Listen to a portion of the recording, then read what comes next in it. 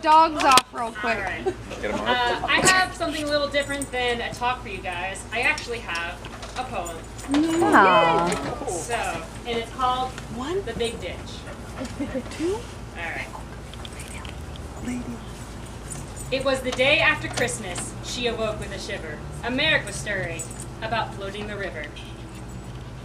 The Colorado, that is, through a canyon so grand, 280 miles of rapids, rocks, and sand. You see, she'd never been rowing or camped overnight for 25 days with no civilization in sight.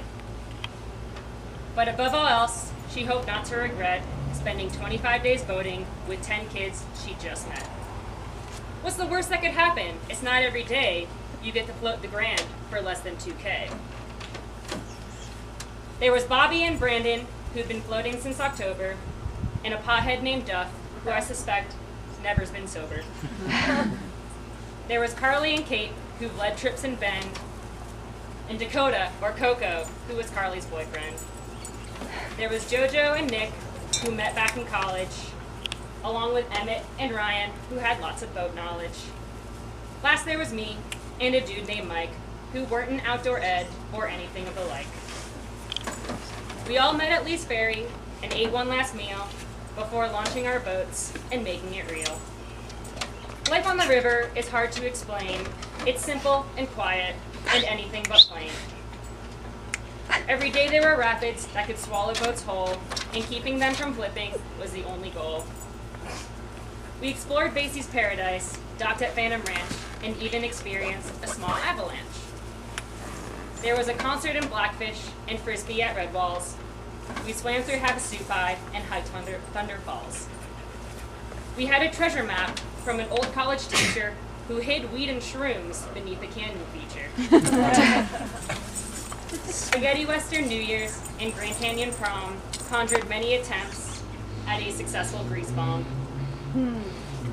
Some nights were spent gazing at stars, others were spent partying on Mars. I learned how to rig and I learned how to row, and the secret to not flipping is not to let go.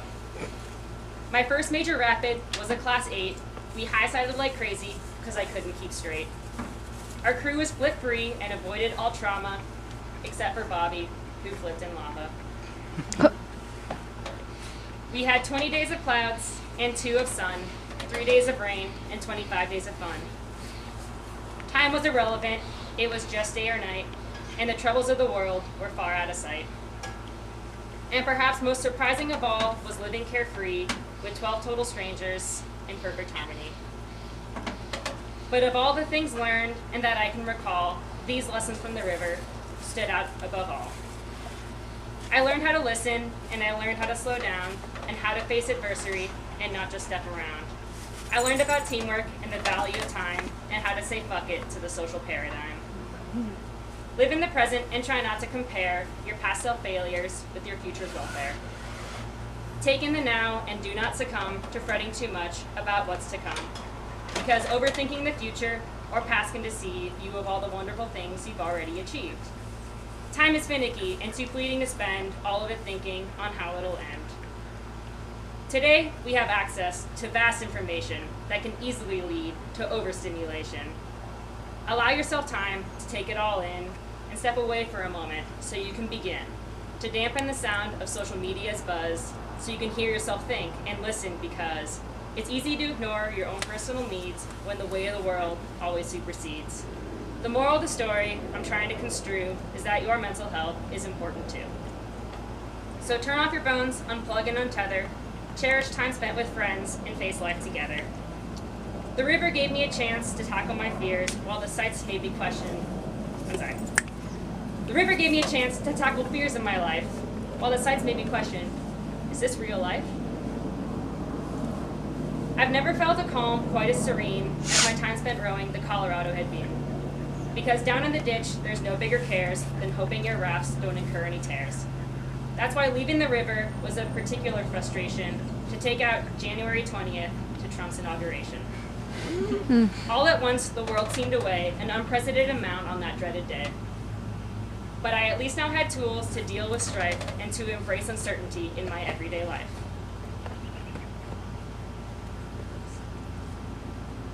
I spent the next 6 months traveling all over the West and faced countless hardships, self-doubts, and stress. But my time in the Grand had prepared me well to tackle these challenges and truly excel. In building up confidence, steadfast and firm, to take on all obstacles in the short and long term. Now I've resettled in a new job and city, and the road to get here hasn't always been pretty. But I got here, I did it, and I knew that I would, and it's thanks to the river that taught me I could. Thank you.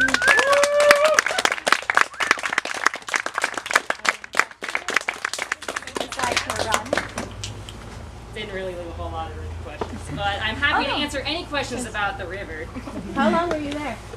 It was 25 days.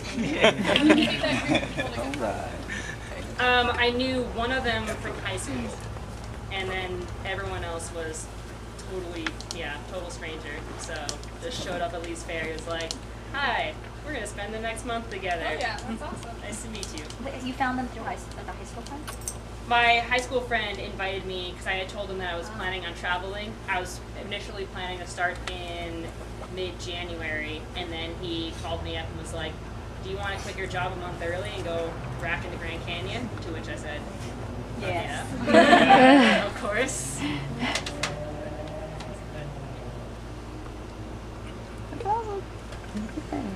Any other questions? All right. Yay. Yay. Thanks, Merrick.